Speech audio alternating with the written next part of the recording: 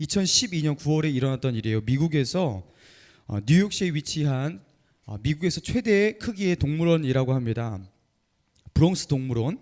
거기서 실제로 일어났던 일인데요. 25살의 건장한 한 청년이 동물원을 구경하기 위해서 설치된 모노레일이 있대요. 그래서 거기 그 레일을 타고서 이렇게 이동 중에 있었습니다.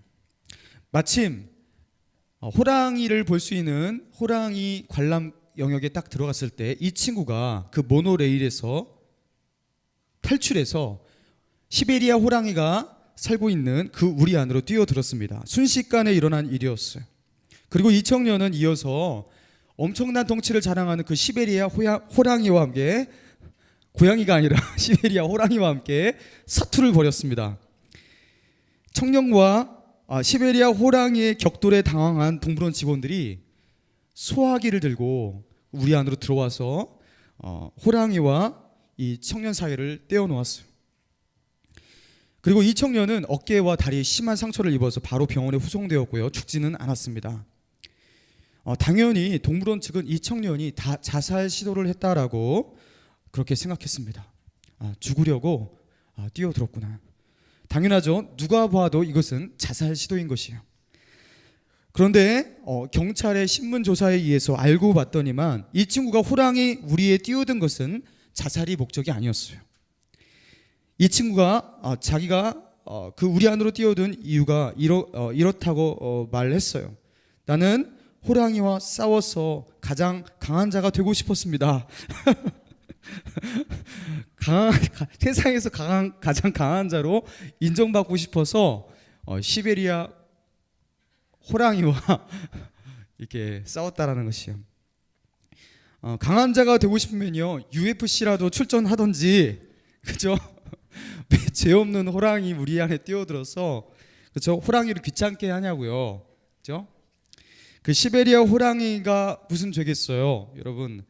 오랜만에 살아있는 그냥 먹잇감이 확 들어왔어요.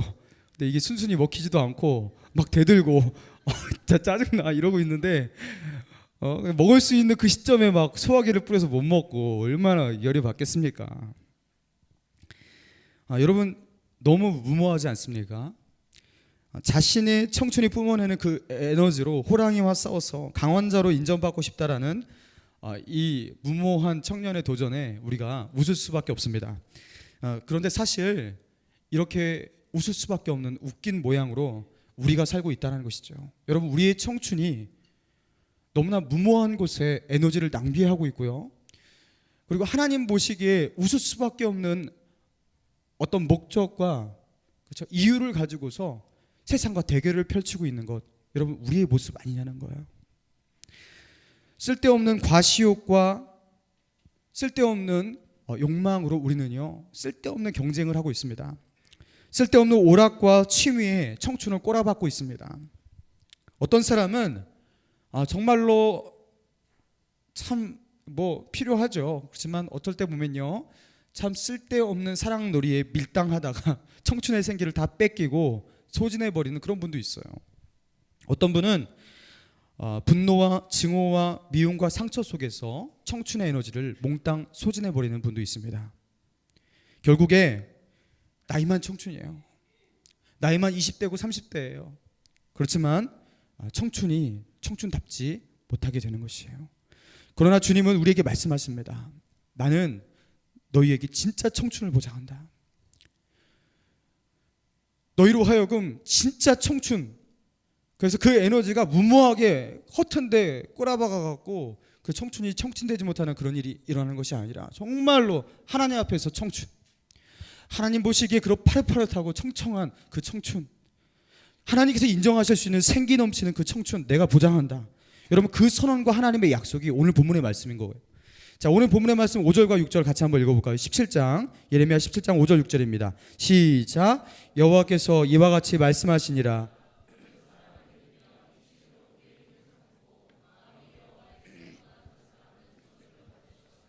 그는 사막의 떨기나무 같아서 좋은 일이 오는 것을 보지 못하고 광야 간조한 곳 건건한 땅 사람이 살지 않는 땅에 살리라.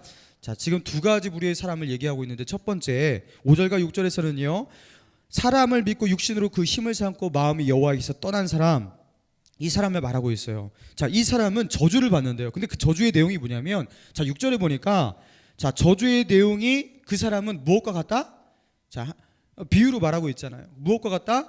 그는 사막의 떨기나무 같다, 이렇게 말하고 있어요. 여러분, 이 표현은요, 이스라엘 사람들은요, 딱 들으면 비참해, 이렇게 팍 느껴지는 그 표현이에요. 자, 사막의 떨기나무 같다라는 게 뭐냐면, 그 떨기나무가 어떤 모양이었냐면, 사실 이 떨기나무는 나무라고 부르기에는 너무 미흡한, 볼품없는 나물은 아니고, 남불은 아니고, 나무라고 하기에는 부적합한 덤불 정도, 이런 그런 나무입니다. 모세를 하나님께서 부르실 때 떨기나무의 불 속에서 부르셨잖아요. 그게 엄청나게 화려한 나무에서 부른 것이 아니라 굉장히 초라하고 볼품없는 그 나무에서 부르신 것이었어요. 덤불에 가까워요. 사람 키도 넘기지 못하는 그런 나무입니다. 그리고 이 나무는요, 항상 건조하고 척박한 그 물기 없고 그런 곳에서 겨우 작은 그 수분을 공급받아서 그곳으로 겨우겨우 생존해내는 것의 전문가인 나무예요. 광야 사막에서나 볼 수 있는 그런 나무가 바로 이 떨기나무였습니다. 살기는 살죠. 죽지는 않고 살기는 살지만 겨우겨우 사는 것, 여러분, 이게 떨기나무예요. 건조한 곳에서 살아내지만 연명하는 수준의 삶, 이게 떨기나무예요.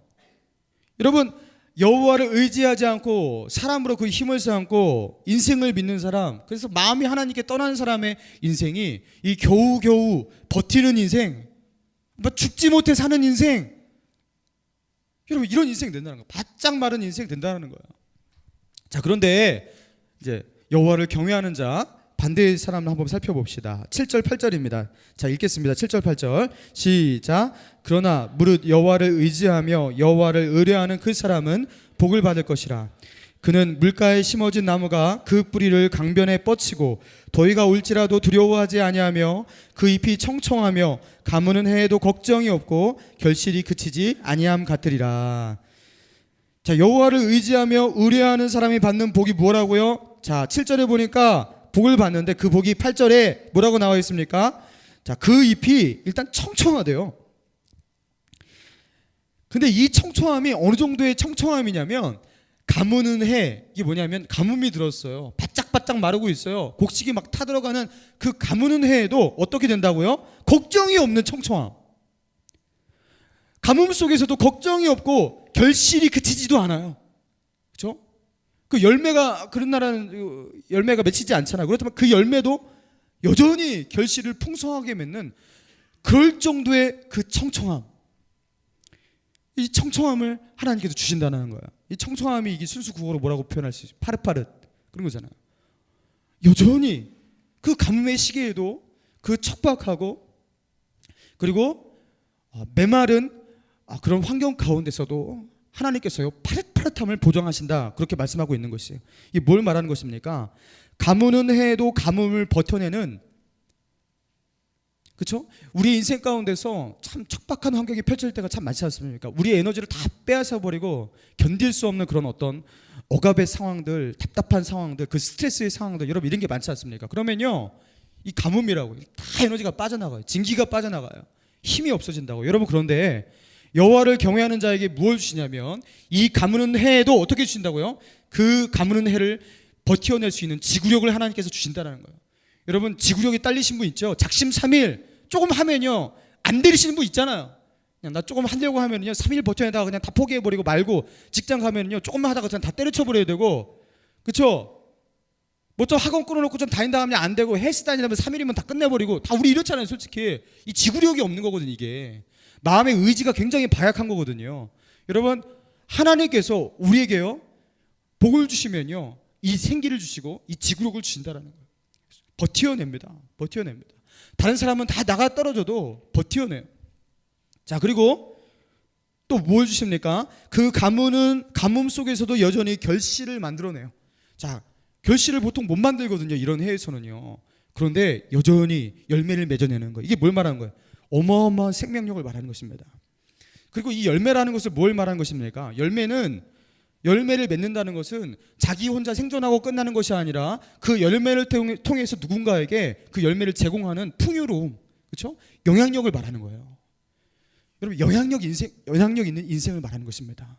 여러분, 하나님을 경외하는 자에게는요, 단순히 나 혼자 어떻게든지 버텨내고 생존해내고 살았어, 나는 살았어, 해냈어, 이 정도의 자아성취, 이 정도의 수준의 삶이 아니라 어떻게 된다고요?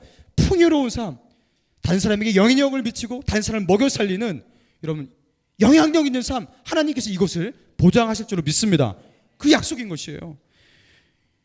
여러분, 바로 우리가 원하는 것, 이런 것들 아니겠습니까? 생명력, 지구력, 영향력. 우리에게 이런 게 있었으면 좋겠다. 나는 왜 이렇게 생기가 없을까? 맨날 골골하고 아프고 힘이 없고 그렇잖아요. 젊었을 때 이상하게, 우리는요, 조금 힘이 없고 아프고 골골하면요 더 힘들어. 왜 힘들어요? 나는 지금 아프고 힘들고 골골할 때가 아닌데 이러고 있거든. 미치는 거예요. 내가 지금 이럴 때가 아닌데 이러고 있거든. 돌아버리겠는 거예요. 근데 하나님께서 그렇지 않게 생명력을 주시는 거예요. 버텨낼 수 있는 지구력을 주시는 거예요. 그리고 나 혼자 겨우 사는 것이 아니라 다른 사람을 먹여 살리고 그들을 일으켜 세우는 영향력을 주시는 거예요. 여러분, 우리가 원하는 것, 생명력, 지구력, 영향력, 이런 것 아니겠습니까? 여러분, 이것은요, 하나님께서 우리에게 새롭게 하시는, 생기를 주어야지 가능한 것이에요. 청청하게 만드셔야 돼요. 파릇파릇하게 우리를 만들어 주셔야 하는 것이에요. 자, 우리를 새롭게 하시는 이 파릇파릇한 이 청청함의 복, 여러분, 이게 언제 임한다고요? 자, 17장 7절에 언제 임한다고요? 누구에게 임한다고요? 자, 그러나 무릇 여호와를 의지하며 여호와를 의뢰하는 그 사람에게 임한다. 주님이 약속하셨습니다. 무릇 여호와를 의지하며 여호와를 의뢰하는 그 사람은 이런 복을 받으리라. 여러분, 하나님의 선포인 것입니다. 여러분, 이것을 믿으셔야 돼요. 여러분, 청춘은요, 나이로 청춘되는 것이 아니에요. 여러분, 살아보셔서 알잖아요. 이 가운데 저는 이렇게 보면요, 정말 청춘답지 않은 사람이 최소한 여기에 저는 5할 이상이라고 생각해요. 제가 봐도 저보다도 이렇게 청춘답지 않은 사람들이 진짜 많아요. 그러니까 굉장히 의욕 없어요. 생기가 없어요. 에너지가 없어요. 이런 분들 되게 많아요. 육체적 에너지도 마찬가지야. 요새 제가 우리 청년들하고 같이 농구를 많이 하는데 저보다도 지구력이 훨씬 딸리는 친구들이 상당히 많습니다. 정말로 생기가 없어요. 청춘인데 나이만 청춘이에요. 나이만 청춘인 거예요. 내가 왜 청춘인데 청춘답지 못할까? 이게 우리의 최대 고민 아닙니까? 청춘이면은 남들이 그러기를, 어른들이 그러기를 가장 똑똑할 때라고 그러는데 왜 나는 안 똑똑할까? 미치잖아요, 이거. 기억력이 가장 좋을 때라고 그러는데 솔직히 기억력이 너무 안 되고 미치는 거예요. 가장 매력적일 때라고 그러는데 아무도 매력적으로 보는 사람은 없고 여러분, 이게 우리의 문제입니다. 이게 우리의 문제예요. 여러분, 그래서 우리가 청춘이지만 여전히 청춘을 사모하고 진짜 청춘 되고 싶고, 여러분, 그런 것입니다. 여러분, 그런데 하나님이 약속하셨어요. 청춘은 내가 주는 것이다. 그 청청함이라는 것은 내가 주는 것이다. 여러분, 이 말을 믿으셔야 돼요. 이것을 실제적으로 증명한 사람이 구약 성경에, 전에는 모세 이야기 했으니까 오늘은 갈렙 이야기를 하겠습니다. 갈렙인데요, 갈렙과 함께 죽었던 갈렙 주위의 모든 사람들은요, 광야 40년간 말라 죽었습니다. 늙어 죽었습니다. 병들어 죽었어요. 그 하나님의 저주 아래에서 광야 40년 동안 다 죽게 만드셨어요. 그래서 광야 사막의 그 건조한 기운이 생기를 다 빨아들여서 다 죽게 만들었다. 그러나 갈렙은 죽지 않았어요. 그래서 85세의 나이로 당당하게 요단강을 건너갑니다. 그리고 이 갈렙이 요단강을 건너서 철병거로 무장한 그 안악자손들, 그 네피림의 후손들이 가득한 그 땅 가운데서 여호수아에게 이렇게 말합니다. 이제 보소서, 여호와께서 이 말씀을 모세에게 이르신 때로부터 이스라엘이 광야에서 방황한 45년 동안 여호와께서 말씀하신 대로 나를 생존하게 하셨나이다. 내가 지금 85세로 돼 하면서 자기 나이를 85세라고 말해요. 이게 뭔 소리냐면, 나는 지금 이렇게 늙어서 파파 할아버지의 나이지만 이렇게 말하고 있는 거잖아요. 그런데 그 다음 절에서 이렇게 말해요. 모세가 나를 보내던 날과 같이 오늘도 내가 여전히 강건하니 내 힘이 그때나 지금이나 같아서 싸움에나 출입할 수 있사온즉, 이게 무슨 소리냐면 그때 한창 때 싸웠던 그 싸움의 실력과 그 체력과 지금이 똑같은즉 이렇게 말하고 있는 거예요. 85세의 나이인데 40년 전에 자기의 왕년의 시절에 그 실력이 지금도 여전하다는 거예요. 여러분 이게 무엇입니까? 도대체 이게 뭐 초능력이 뭐예요 이게 도대체? 예? 하나님께서요 날마다 갈렙에게 청춘을 선포하신 거예요. 있잖아요. 우리는 하루하루 늙고 있는 거 아니겠습니까? 몇 세죠? 뭐 20세 넘으면은 이제 늙기 시작하고 뭐 본격적으로 25세 지나가면 그때부터 본격적 노화 현상이 일어나면서 그렇죠? 여성의 미모도 30대를 정점으로 해갖고 계속 하향으로 이렇게 간다는 그런 신문 기사를 본 적이 있어요. 여러분 계속 이렇게 쇠락해야 되는 거예요. 그렇죠? 계속 하강 곡선을 내려서 85세면요 쭉 내려가야 되는 거예요. 여러분 근데 그렇게 갈렙은 안 내려갔다는 거예요. 이유가 무엇입니까? 매일 아침마다 하나님께서 파릇파릇하라 파릇파릇하라 파릇파릇하라 맨날 선포한 거예요. 아침마다 만나를 먹으면서 계속 파릇파릇하라. 보톡스도 맞지 않았는데 계속 파릇파릇 그러면서요 85세까지 똑같아진 거예요. 그냥 불로장생약도 안 먹었는데. 여러분 하나님께서 이 갈렙의 이 인물을 통해서 우리에게 뭔가를 말씀하고 계시는 것이 무엇입니까? 갈렙은요 육체도 청춘이었고 패기도 청춘이었습니다. 이게 어떻게 가능하다는 거예요?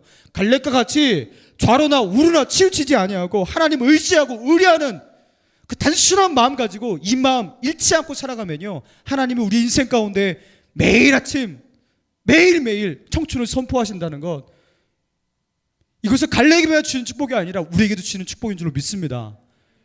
청춘 되게 하시는 거예요. 여러분 다니엘을 보세요. 다니엘이 바벨론의 유다인이었잖아요. 그런데 바벨론이 침공해서 유다의 사람들을 다 잡아갔습니다.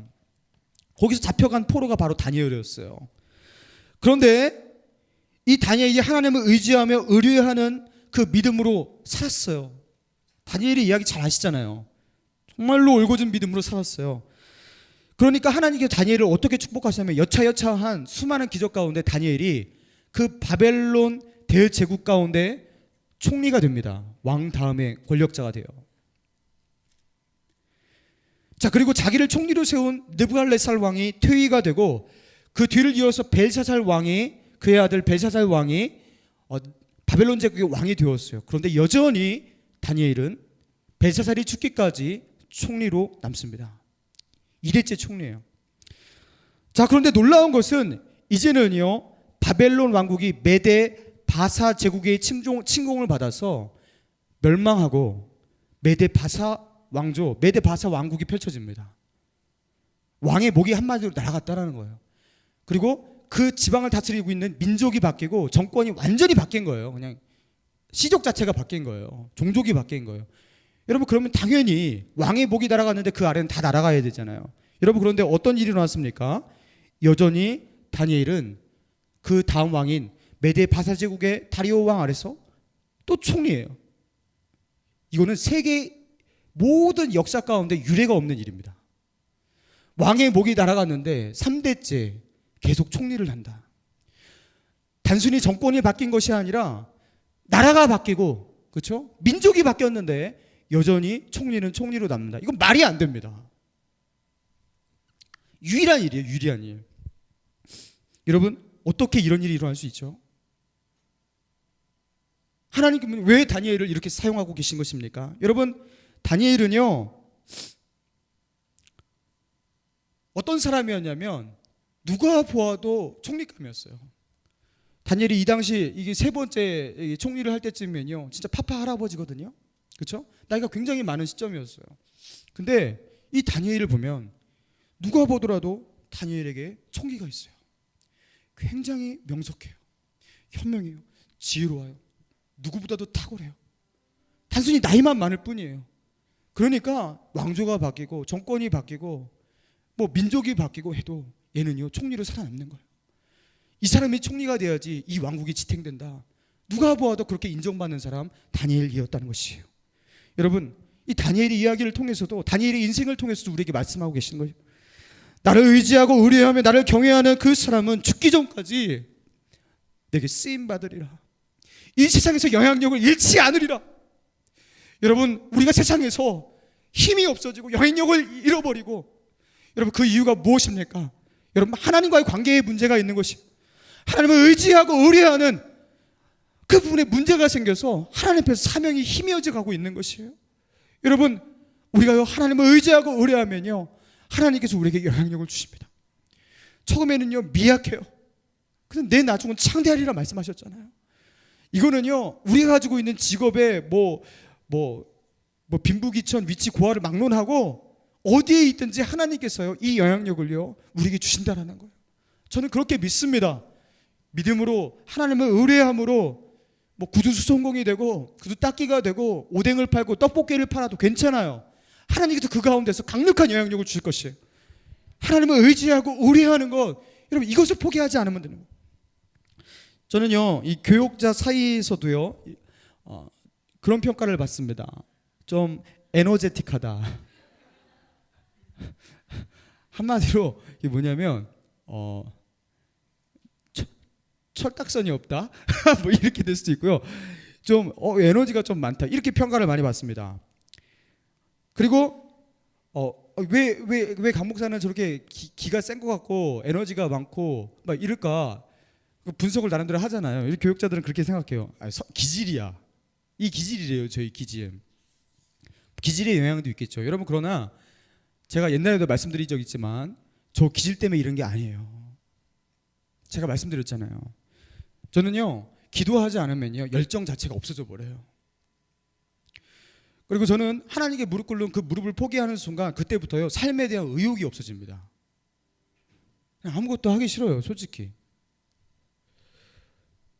이 사역에 대한 열정, 영혼 사랑의 마음, 이런 모든 것들 다 없어져요. 참 신기해요. 그래서 때로는 하나님이 나를 향한 하나님의 그 역사를 경험하기 위해서 때로는 기도를 안 해봐요. 그러면은 정말로 놀라운 역사가 일어나. 그냥 완전히 바싹바싹 마르고 정말 제가 완전히 변해가는 그 모습을 보면서 역시 하나님이 살아계시는구나. 하나님의 생기가 내게서 거두어가는 순간 나는 아무것도 남지 않는구나. 주님밖에 없구나. 이런 확신을 다시 얻게 되는 것이에요. 여러분 제가 청년부 사역 4년 차입니다. 지금 이제 4년째예요. 4년째. 그런데 이 4년째 정도 되면요 이게 사역의 매너리즘 이런 거 옵니다. 사역자들이 많이 그래요. 때로는 사역자를 많이 바꾸기도 하고요. 여러분 그런데 저는 자신 있는 부분이 있어요. 그게 무엇이냐면 나는 기도의 무릎만 포기하지 않으면 매너리즘 안 걸린다. 내가 전 교회에서도 5년 있었거든요. 매너리즘 없었어요. 올 때 있죠. 올 때 있어요. 그렇지만 기도의 무릎으로 나아갔어. 하나님 주시는 그 생기를 얻으면요 매너리즘이 없어져요. 새로운 열정 생겨요. 힘이 생겨요. 그 영혼 사랑의 마음이 막 부어져요. 가만히 있을 수가 없어요. 여러분 이 능력의 근원이 뭔지 제대로 알라는 거예요. 강 목사님은 원래 기질적으로 그렇게 하고 강 목사님은 원래 그렇게 그런 어떤 은혜와 능력들이 원래 이렇게 타고난 것이고 이게 아니라니까. 하나님이 주시는 은혜 속에 제가 살고 있다니까요. 여러분 기도해 보시라는 거예요. 여러분 기도는 따라해보세요. 기질적 한계, 생태적 한계, 생리적 한계, 이 모든 것을 극복한다. 자, 이 허무맹랑한 소리같이 들리시는 분, 한 번도 이것을 체험하지 못하신 분이에요. 기도는 기질적 한계, 그리고 생리적 한계, 생태적 한계를 모든 순간 다 초월하게 할 수 없지만 그것이 초월이 필요할 때, 그것을 뛰어넘어야 할 그런 하나님의 필요가 있을 때 반드시 뛰어넘게 만듭니다. 우리가 견딜 수 없는 그 스트레스와 압박, 그 심리적 한계를 뛰어넘게 만드셔요. 주님의 일을 하게 하셔요. 여러분 이게 기도의 힘이에요. 그래서 이사야서 40장 28절 29절 30절에 그 유명한 말씀이 이거예요. 너는 알지 못하였느냐 듣지 못하였느냐 영원하신 하나님 여호와 땅끝까지 창조하신 이는 피곤하지 않으시며 곤비하지 않으시며 명철이 한이 없으시며 피곤한 자에게는 능력을 주시며 무능한 자에게는 힘을 더하시나니 소년이라도 피곤하며 곤비하며 장정이라도 넘어지며 자빠지되. 이게 뭘 말하는 것이에요? 우리가 가지고 있는 인간의 생리적 한계, 생태적 한계를 말하는 거 아닙니까? 그렇죠? 사람은요 뭐 좀 열심히 하면 피곤해서 더 이상 못한다고요. 그죠? 피곤에 약한 동물이라고요. 똑같은 일 계속해서 반복하면요 매너리즘 걸리고 더 이상 그거 못합니다. 여러분 그게 우리의 한계입니다. 그러나 하나님은요 여호와를 경외하고 앙망하는 자에게 이 한계 안에 갇히는 그런 게 아니라 이 한계를 뛰어넘는 은혜를 주신다 하면서 그 뒤에 말씀하시는 거예요. 자, 31절에 오직 여호와를 앙망하는 자는 새 힘을 얻으리니 독수리가 날개침이 올라간 같을 것이요 다른 박질하여도 곤비하지 아니하겠고 걸어가도 피곤하지 아니하리로다. 여호와를 앙망하는 자에게 어떤 은혜를 주신다고요? 새 힘을 주시는데 마치 그 새 힘이라는 것이 독수리가 날개침에서 비상하는 수직강하가 아니라 수직비상하는 그런 은혜, 이런 은혜를 주신다는 거예요. 그리고 어떤 은혜를 주신다고요? 다른 박자라 해도 곤비치 않는데요, 걸어가도 피곤치 않는데요. 할렐루야. 여러분, 절박한 순간에 이 말씀을 선포하면서요, 한번 이 한계를 넘어보라는 거예요. 이번에 특세하면서 아마 생리적이고 생태적 한계 가운데 봉착하실 거예요. 한 수요일 정도 되면 낮에 일하다가, 그렇죠? 회사에서 다리가 부들부들 떨리실 거예요. 그렇죠? 그리고 목요일 정도 되면은 가만히 앉아 있는데 눈썹이 팍 떨립니다. 이게 뭐냐면 그동안 잠자던 시간에서 마이너스 2시간 줄인 상태로 한 3일 4일 버티니까요, 이제 몸에서 한계의 신호를 보내고 있는 거예요. 그때 우리는 이렇게 생각해요. 몸을 돌보는 이런 융통성과 균형이 필요하겠다. 그래서 그때부터 갑자기 난데없이 균형을 추구합니다. 그러면서 그 다음 새벽기도는 뭐 알람을 안 맞춰놓는다든지 뭐 꺼버리고 자고 막 이러는 거예요. 이 사람은요, 역시 이 한계를 극복하지 못하는 거예요. 이걸 한번 뛰어넘는 체험을 해봐야 되는데, 여러분 그 체험을 한번 해보라는 거예요. 그때 이 말씀을 외치면서 이사야서 40장 31절이에요. 이 말씀을 외치면서 자리에서 벌떡 일어나라는 거예요. 그리고 막 달려오라는 거예요, 기도하러. 할렐루야. 예, 그렇게 오시기 바랍니다. 여러분, 세계 최고의 갑부 록펠러가 33살이 되었을 때였어요. 33살의 나이의 록펠러는 이미 100만 불을 거머쥔 부자가 되었습니다. 그리고 43세에는요, 미국에서 가장 커다란 회사를 소유하고 있는 소유주가 되었습니다. 그리고 록펠러의 나이 53살에 억만장자가 되어서 이제는 세계 최대의 부호가 되었어요. 자, 그런데 이 록펠러가 가지고 있는 이 부유함과 그의 명성으로 인해서 록펠러는 행복한 것이 아니었습니다. 왜냐하면 록펠러의 건강이 매우 안 좋았어요. 그에게는 알로피셔라는 병이 있었는데요, 이 병의 증세가 무엇이냐면 털이란 털이 다 빠집니다.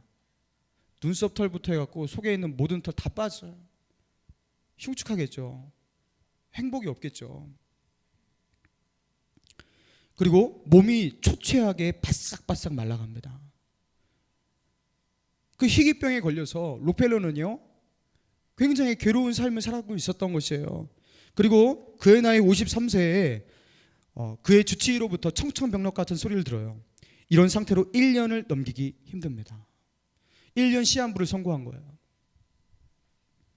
그는 부자였고 모든 것을 가졌지만 그 모든 것들이 그에게 아무 소용이 없었어요. 여러분, 이게 중요합니다. 하나님께서 우리에게 이런 시련을 주실 때 왜 주시는 거예요? 깨닫게 하기 위해서 주시는 거예요. 삶의 전환점과 터닝포인트를 만들기 위해서 일부러 절벽에 부딪히게 하시는 거예요. 내가 하나님을 믿고 있는데 왜 나에게 이런 시련이 오냐고, 왜 내가 건너지 못할 강이 있냐고, 왜 내가 넘어서지 못할 절벽이 내 앞에 펼쳐져 있는 거고, 내가 하나님을 믿는데 왜 이게 있냐고, 왜 있냐뇨, 왜 있냐니, 일부러 주신 건데 그 터닝포인트 만들려고. 예수 믿는 사람이 공무원 시험 다 합격해봐. 예수 믿는 사람이 얼마나 많은데 공무원 저거 늘려도 안 돼요. 그죠? 어떤 사람은 다 낙방해야 되는 거예요, 여러분. 그죠? 하나님께서 우리를 축복하시기 위해서, 터닝포인트를 만드시기 위해서 우리의 한계를 드러내시고 보일 때가 있다는 것입니다. 록펠러가 그랬던 거예요. 그날 록펠러가요, 교회를 다니는 썬데이 크리스찬이었어요. 그냥 신앙은 아주 피상적인, 그냥 무늬만 신앙이 그런 사람이 록펠러였습니다. 자, 사업 바쁘면요, 교회 그냥 빠지고 뭐 한가할 때 나가고 뭐 이런 신앙이었어요. 그런데 이 록펠러가 그날 그런 청천벽력 같은 소리를 듣고 며칠 동안 밤잠을 설쳤습니다. 그러다가 어느 날이었어요. 그날도 밤잠을 설치고 잠을 자지 못하는 그런 상황 가운데 있었어요. 그런데 그날 록펠러가 드디어 인생 최초로 처음으로 그 침대에서 내려와 침대 옆에 무릎을 꿇습니다. 그리고 새벽 동이 트기까지 그 무릎을 펴지 않았어요. 그리고 아침을 맞았어요. 그날 록펠러가 변화됐어요. 그때부터 록펠러가 진짜 신앙인이 되었다고 합니다. 진실된 믿음으로 살기 시작했어요. 그리고 록펠러가 그때부터요, 자신이 가지고 있는 그 부함을 나눠주기 시작하는데, 그 리버사이드 교회라고 뉴욕에서 가장 화려한 교회 있죠. 록펠러의 재산으로만 세워진 교회예요. 그리고 그때부터 록펠러가 자선 사업을 하는데, 어려운 사람 구제하고 고치기 위해서 그 불쌍한 사람을 고치는 그런 의료 사업 있지 않습니까? 여러분, 여기에 자기의 전 재산을 쏟아붓습니다. 그의 인생이 완전히 변해버려요. 그런데 이렇게 변화되는 인생의 이런 그 발걸음을 한 발 한 발 내딛기 시작할 그때쯤부터 갑자기 이상한 일이 생기기 시작하는데, 록펠러가 그 알로피시아라는 병을 앓으면서 식욕이 떨어지고 소화도 못하고 몸은 바싹바싹 마르고 그러지 않았습니까? 갑자기 밥을 먹기 시작해요. 소화가 되기 시작해요. 그러면서 건강이 회복되기 시작해요. 여러분, 그래서 록펠러에게 어떤 일이 일어난지 압니까? 1년 시한부 선고를 받았던 록펠러가요, 자그마치 93세를 살았어요. 93세를 살았어요. 장수했습니다.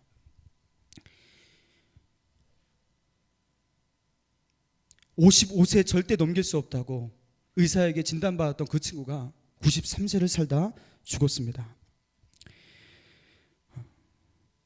사랑하는 청년 여러분, 우리에게 록펠러와 같은 이 순간이 필요하다고요.